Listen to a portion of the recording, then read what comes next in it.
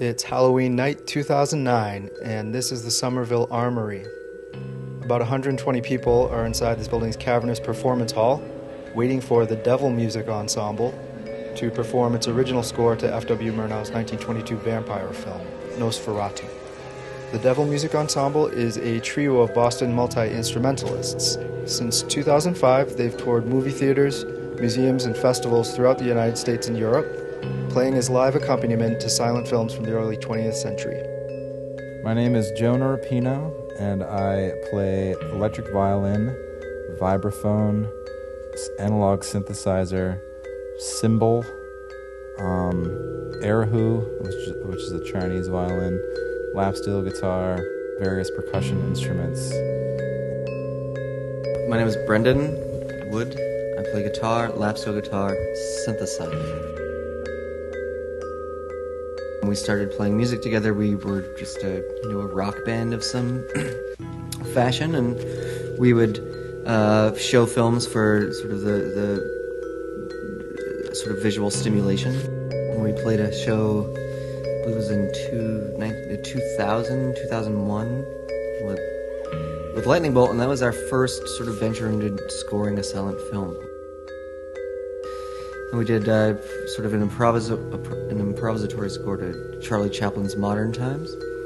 And then sometime after, we were invited to play at a series at the Coolidge Corner Theater in Brookline, Massachusetts, called the Celluloid series. And we were asked to choose a film and to compose music to a silent film.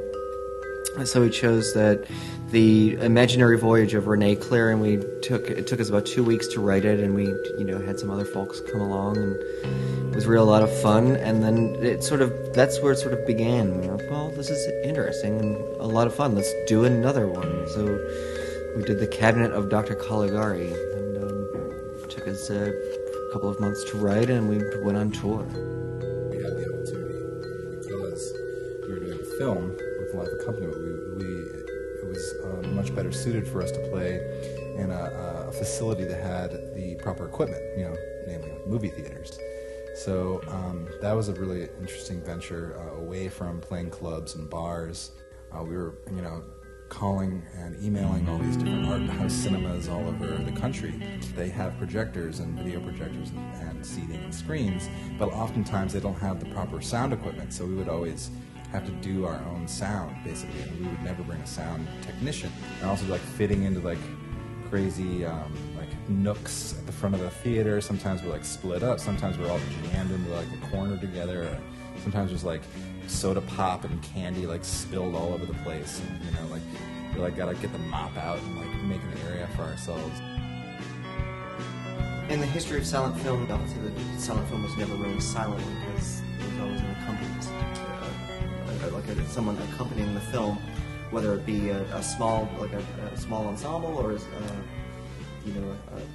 someone just playing a solo piano or organ. You would improvise upon sort of well-known themes,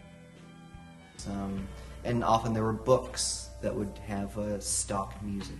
Silent film accompaniment, actually. There was one that was published in the mid-20s by someone who took the time to put together this music that is typically played for silent films, and then sold it to people who had that job. So people could go through, pick, here's a romance song, really good for, a Valentino film or something, and they could play that piece, and then switch over to all of a sudden they're running, and it's they have this piece that maybe someone wrote that people had used in other films, and so music got around, but it wasn't manufactured so much by the studios, but manufactured by the people hired by the movie theaters. Old people come to our shows who sometimes we're scared we're going to blow them away with our amplifiers. And middle-aged folks with their kids come, and some rockers come. Progressive rock fan.